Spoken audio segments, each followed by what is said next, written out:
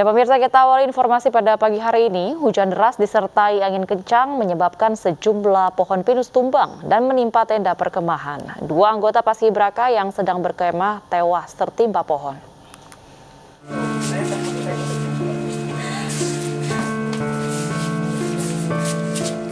Ibunda Paskibraka yang tewas tertimpa pohon saat berkemah tak kuasa menahan kesedihan saat akan menemui jasad anaknya. Putrinya adalah satu dari dua korban pohon tumbang pasca kawasan wisata hutan pinus Tala-Tala dilanda angin kencang. Sejumlah tenda milik pelajar SMK Teknologi Industri Makassar yang sedang mengikuti kegiatan program Paskibraka rusak tertimpa pohon pinus. Akibat insiden ini, 6 orang pelajar tertimpa pohon saat berteduh di dalam tenda mereka. Meninggal dunia di tempat ada 1 orang dan meninggal di puskesmas 1 orang dan korban luka ada 4 orang. Kini seluruh korban telah dievakuasi dan mendapatkan perawatan intensif di Puskesmas Tompo Bulu. Sementara 2 orang korban meninggal dunia telah dijemput oleh keluarganya untuk dimakamkan. Dari Kabupaten Maros, Sulawesi Selatan, Wahyu Ruslan, Anyus melaporkan.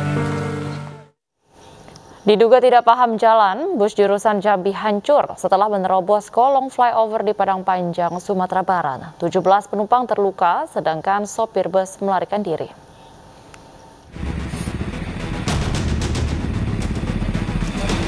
Bus Sisi Roknauli jurusan Jambi hancur setelah memaksa melewati kolong flyover Padang Panjang, Sumatera Barat pagi tadi. Dugaan sementara, pengemudi tidak paham jalan dan mengarahkan bus ke dalam kota lewat kolong flyover. Pengemudi juga tidak mengetahui dengan pasti ketinggian flyover sehingga bus menerobos kolong flyover. Akibatnya, bagian atas bus hancur, sedangkan Manalu, supir bus Sisi Roknauli, melarikan diri. Untuk sopir, karena ini sopir 2, tidak tahu rute jalan yang dilalui. Jadi untuk kendaraan bus dan untuk masuk ke terminal, ini terminal lalu flyover di atas, tidak melalui kota. Ini mungkin supir tidak tahu. Manalu adalah supir cadangan bus menggantikan supir utama yang saat kejadian sedang beristirahat di belakang bus. Akibat kejadian ini, 17 penumpang terluka. 10 dibawa ke Rumah Sakit Yarsi Padang Panjang, sedangkan 7 orang dibawa di RSUD Padang Panjang. Dari Padang Panjang, Sumatera Barat, Agung Sulistyo melaporkan. Selanjutnya pemirsa, diduga rem tidak berfungsi, minibus syarat penumpang masuk ke dalam jurang sedalam 17 meter. Akibat peristiwa ini, 2 orang meninggal dunia dan belasan lainnya terluka.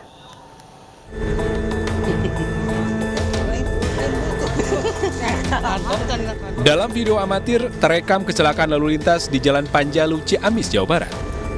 Minibus warna hijau terjun bebas masuk jurang sedalam 17 meter. 1 penumpang tewas di lokasi kejadian dan belasan lainnya luka-luka. Minibus berisi 13 penumpang termasuk sopir berasal dari Cikijing, Majalengka, Jawa Barat, hendak mengantar anaknya masuk kuliah di salah satu perguruan tinggi negeri di Tasikmalaya. Rem minibus tidak berfungsi saat menghindari sepeda motor dan terjun ke dalam jurang. Sebelum terjungkal di jurang, kendaraan sempat menabrak pohon. Kebetulan medannya berliku, belok ke kiri, tetapi mobil tersebut meluncur. Informasi ada rombongan motor di depannya, jadi meluncur.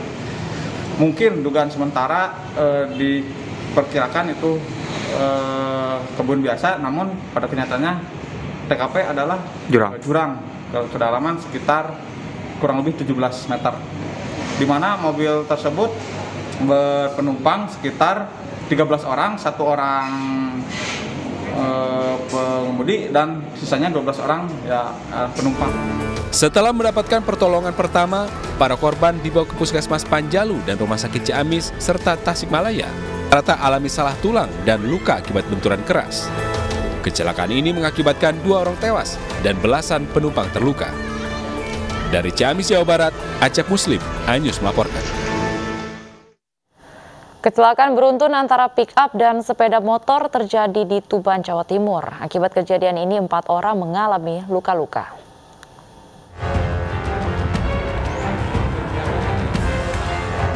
Diduga tidak mampu kuasai kendaraan, sebuah pick-up bermuatan kertas oleng dan masuk jalur berlawanan saat melalui jalan berbelok di Desa Tuwiriwetan, Kecamatan Merak Urak, Kabupaten Tuban, Jawa Timur, Minggu sore. Kecelakaan pun tak terhindarkan saat sepeda motor datang dari arah berlawanan. Sepeda motor menabrak bagian kiri pintu pick-up dan membuat dua penumpang motor terpental dan terjatuh di sisi selatan pick-up. Sementara dari arah belakang datang sebuah sepeda motor dan menabrak bagian belakang kendaraan pick-up. Akibat kecelakaan ini, 4 orang mengalami luka di bagian kepala dan kaki. Keempat korban kemudian dievakuasi dan dibawa menggunakan pick-up milik warga yang sedang melintas menuju rumah sakit terdekat. Nggak tahu Pak, selip pokoknya. Ada oli itu? Nggak ada oli ya? Enggak. Itu bukan oli? Tahu itu oli itu. Kelihatannya waktu itu ada oli kita. Itu korbannya berapa Pak, tadi? 4 ya? Luka-luka Pak ya? Akibat kejadian ini, arus lalu lintas di jalur Merak Urak Montong sempat tersendat. Kasus kecelakaan beruntun ini kini dalam penanganan petugas Satlantas Polres Tuban. Dari Tuban, Jawa Timur, Pipit Wibawanto, iNews melaporkan. Selanjutnya pemirsa, polisi menangkap pelaku pemerasan dengan modus berpura-pura sebagai korban tabrak lari yang viral di media sosial. Pelaku mengaku nekat melakukan aksinya untuk membeli obat terapi ketergantungan narkoba.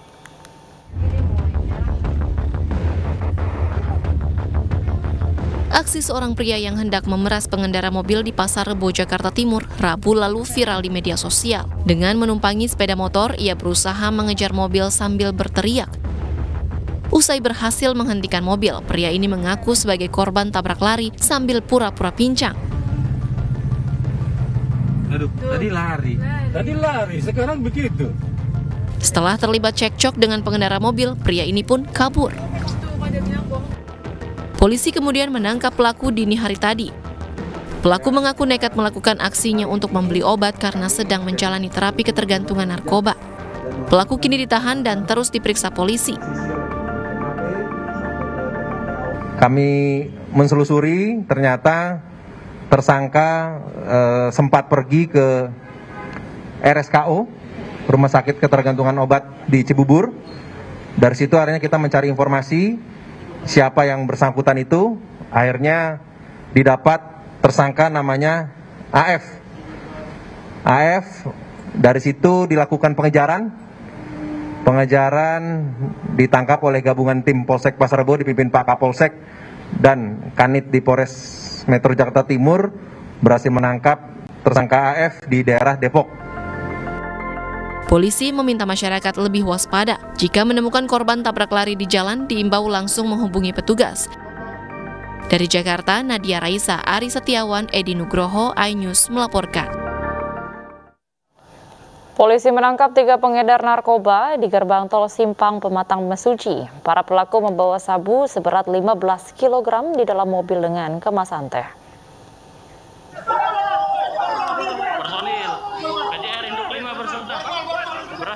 Inilah detik-detik saat polisi menangkap 3 pengedar narkoba yang hendak memasuki wilayah Lampung melalui jalur tol Trans Sumatera dari Jambi.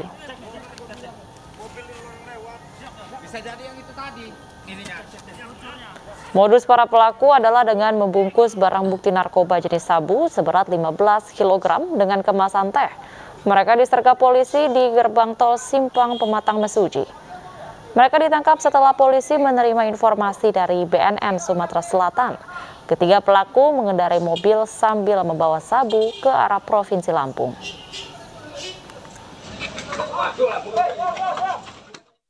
Saya dan tim dari Kasat Narkoba, Satlantas, dan Satpjr Ditlantas Polda Lampung melakukan penjagaan di exit tol tersebut. Untuk perkiraan kilogram, kita memperkirakan dulu hasil tangkapan, yaitu ada 15 kantong teh Cina Kinsang. Namun diperkirakan masing-masing kantong itu seberat 1 kg. Jadi total lebih kurang 15. Perampok sadis yang menewaskan mahasiswi sekaligus karyawati bank di Lampung Timur tewas di tangan polisi. Polisi terpaksa melepas tembakan lantaran pelaku melawan saat ditangkap.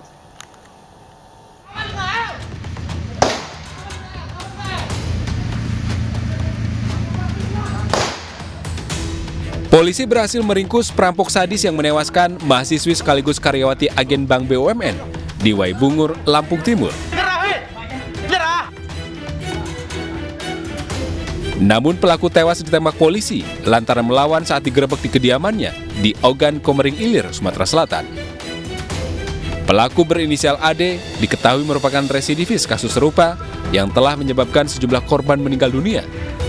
Saya perlu sampaikan di sini, pelaku ini adalah seorang residivis narapidana yang sudah 5 kali melakukan aksi tindak pidana pencurian dengan kekerasan yang mengakibatkan sebagian daripada korbannya itu adalah meninggal dunia. Sebelumnya, seorang mahasiswi sekaligus karyawati agen Bank BUMN di Waibungur, Lampung Timur, ditembak di bagian kepala oleh perampok yang menyamar menjadi nasabah pencairan dana. Pelaku berhasil menggondol uang puluhan juta rupiah dan kabur setelah menembak korban. Polisi kemudian melakukan olah TKP dan mengamankan sejumlah barang bukti, termasuk sandal pelaku yang tertinggal dan proyektil peluru di lokasi kejadian. Dari Lampung, Andres Afandi, iNews melaporkan. Seorang warga tewas ditembak oknum anggota BRIMOB di Kabupaten Buru, Maluku. Penembakan berawal dari adu mulut antara oknum BRIMOB dengan korban terkait lahan kolam tambang di kawasan Gunung Botak.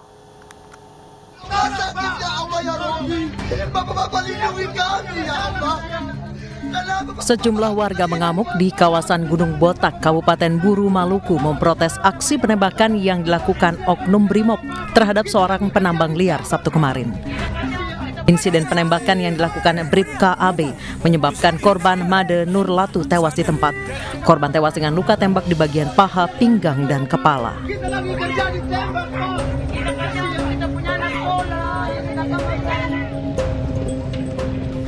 Penembakan berawal dari adu mulut antara oknum BRIMOB dengan korban terkait lahan kolam tambang di kawasan Gunung Botak. Saat ketegangan memuncak, oknum BRIMOB langsung mengambil senjata dan mengeluarkan tembakan yang mengenai korban hingga jatuh tersungkur. Warga baru berhasil mengevakuasi jenazah korban setelah oknum anggota BRIMOB tersebut pergi dari lokasi kejadian. Kapolda Maluku Irjen Pol Lotaria Latif langsung mendatangi keluarga korban di Kepulauan Baru. Keluarga korban menangis di pelukan Kapolda sambil mengadukan peristiwa penembakan.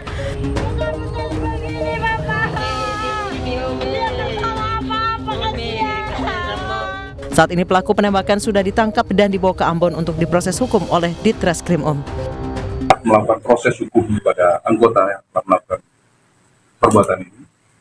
Saya sudah tangkap dan tahan yang bersangkutan dan akan kita proses sesuai ketentuan dan hukum yang berlaku. Polri tidak mentolerir anggota yang melakukan pelanggaran hukum, apalagi sampai melakukan perbuatan pidana. Dia harus bertanggung jawab tentang penyalahgunaan kewenangannya. Oknum BRIMOB yang menembak warga sipil tersebut terancam dipecat dari kesatuan. Pemecatan Bribka AB sebagai anggota polisi merupakan keinginan keluarga korban yang disampaikan kepada Kapolda. Nurdin Abdullah, iNews melaporkan. Polisi terus memeriksa Ketua Umum GMBI Muhammad Fauzan dan 10 tersangka lainnya terkait aksi berujung ricu di Polda Jawa Barat. Sementara itu belasan orang lainnya terbukti menggunakan narkoba.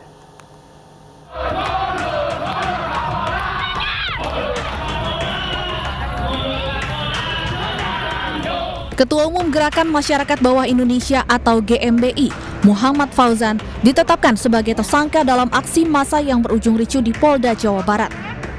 Penetapan tersangka ini dilakukan setelah polisi melakukan gelar perkara. Selain Fauzan, polisi juga menetapkan 10 orang lainnya menjadi tersangka. Mereka kini sedang dimintai keterangan untuk mendalami peran mereka dalam aksi tersebut. Secara maraton sudah dilakukan pemeriksaan dan setelah melalui gelar perkara, tadi siang oleh penyidik sudah ditetapkan sebagai tersangka. Jadi total sudah 11 tersangka dari kasus anarkis ini, pengrusakan ini. Perannya apa berarti si F ini? Ya, perannya.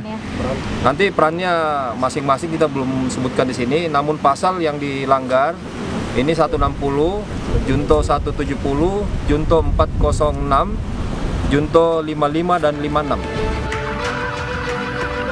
Dalam aksi massa berujung ricu pada Kamis lalu ini, polisi menangkap ratusan anggota Ormas GMBI. Mereka ditangkap di sejumlah tempat. Dari 731 anggota GMBI yang ditangkap, 27 diantaranya residivis dan 19 terdeteksi menggunakan narkoba. Dari Bandung, Jawa Barat, Muji Praitno, iNews melaporkan. Kebakaran hanguskan 200 lapak di Pasar Sedayu, Gresik, Jawa Timur. Informasi selengkapnya usai jeda berikut, tetaplah di iNews Pagi.